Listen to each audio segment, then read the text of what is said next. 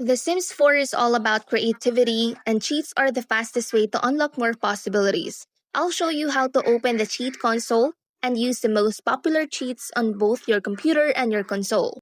Using cheats on a PC is quick and easy, while in game, press Ctrl plus Shift plus C on your keyboard.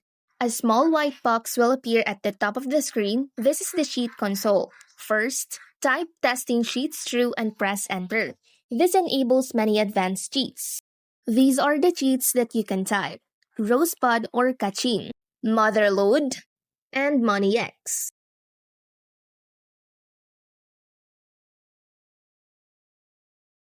Others are free real estate on, bb.move objects on, and bb.show hidden objects. So that's it. Now you know how to cheat on any version of The Sims 4. Have fun!